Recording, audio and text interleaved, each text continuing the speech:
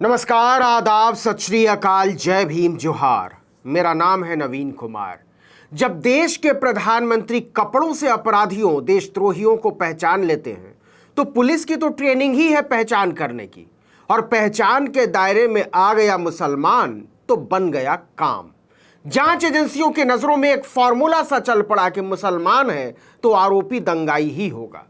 यह बात बार बार साबित हुई है कि दिल्ली पुलिस एक गैर जिम्मेदार पुलिस है। दिल्ली पुलिस सांप्रदायिक सोच वाली पुलिस है और दिल्ली पुलिस न्याय के स्वाभाविक विचार को धर्म के तराजू पर तौलकर कदम बढ़ाती है।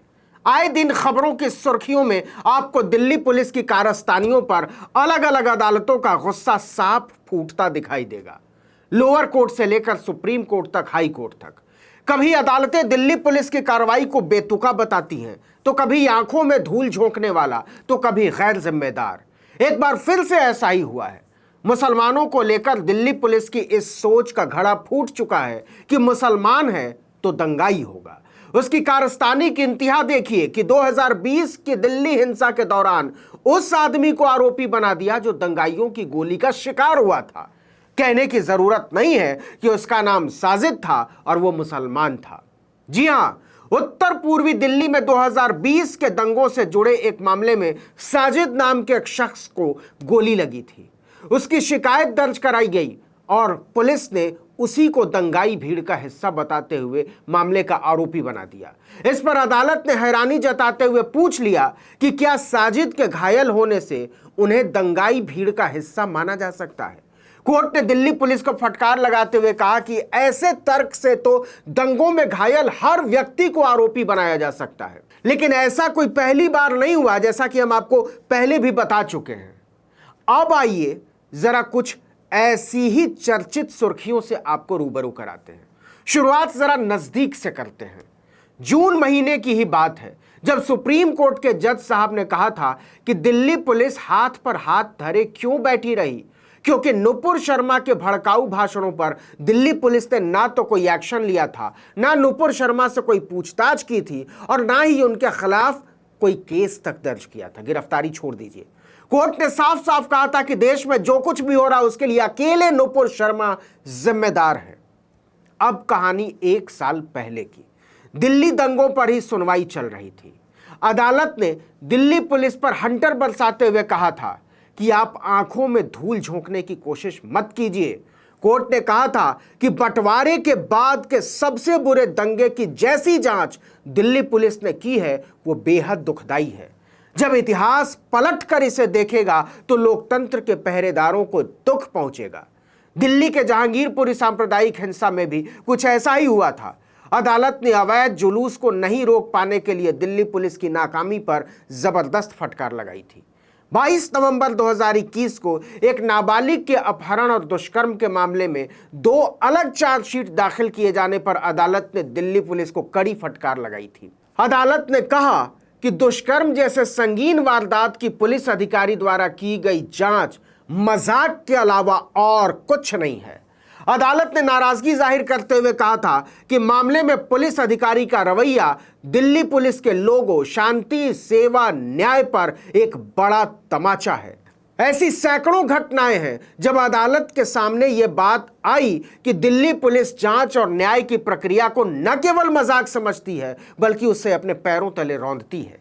यह चंद सुर्खियां बताती हैं कि अदालत की नजरों में दिल्ली पुलिस की साख कैसी है। मुसलमानों को लेकर दिल्ली पुलिस के पक्षपाती रवैये को थोड़ा और विस्तार से समझने की कोशिश करते हैं। लाइव लॉ के मुताबिक दिल्ली की एक अदालत ने साल 2020 के दंगों की जांच को बेतुका बताते हुए इसकी घनघोर आलोचना की है, क्योंकि मामले में साजिद नाम के व्यक्ति ने आरोप लगाया था कि 25 फरवरी 2020 को दंगाई भीड़ से बचने की कोशिश में गोली लगने से वो घायल हो गए थे, पर दिल्ली पुलिस ने उल्टा साजिद को ही आरोपी बना दिया। इस पर अतिरिक्त सत्र न्यायाधीश अमिताभ रावत ने कहा, यह तो बड़ी अजीब बात है। इतिहास में ऐसा पहली बार हुआ होगा जब किसी आदमी को पुलिस ने केवल इस वजह से दंगाई मानकर मुकदमा दर्ज कर दिया क्योंकि वो दंगे के दौरान घायल हो गया था। फिर जज साहब कहते हैं, इस तर्क से तो दंगों के मामले में घायल हर व्यक्ति आरोपी बनाया जा सकता है। मतलब एक बच्चे से लेकर बूढ़े तक को जो भी दंगाइयों का शिकार है, वो दिल्ली पुलिस की नज़र में दंगे का आरोपी हो सकता है, दंगाई है, फसादी है, बलवाई है। अदालत ने कहा कि जांच के ये पहलू इस हद तक बेतुके हैं कि अगर इस मामले में साजिद को आरोपी बनाया जाता है तो उन्हें गवाह हरगिज नहीं बना सकते। आप सोच रहे होंगे क्यों? बताते हैं। क्योंकि फिर वो एक ऐसे गवाह के रूप में होंगे जो अभियोजन पक्ष की ओर से गवाही भी देंगे और साथ ही आरोपी भी होंगे, जो खुद से ही जिरह भी करेंगे। जज साहब कहते हैं आईपीसी की धारा 307 उस तरह नहीं लगाई जा सकती जैसे कि दिल्ली पुलिस चाह रही है। दिल्ली पुलिस कहती है कि सभी 6 आरोपी अपनी उपस्थिति के कारण, केवल अपनी उपस्थिति के कारण दंगाई भीड़ का हिस्सा थे। ऐसे में आईपीसी की धारा 307 यानी हत्या की कोशिश की धारा नहीं लग सकती, बल्कि केवल दंगा संबंधी धाराएं ही लगेंगी। मतलब नौबत यहां तक आ पहुंची है कि अदालत को दिल्ली पुलिस को कानून सिखाना पड़ रहा है।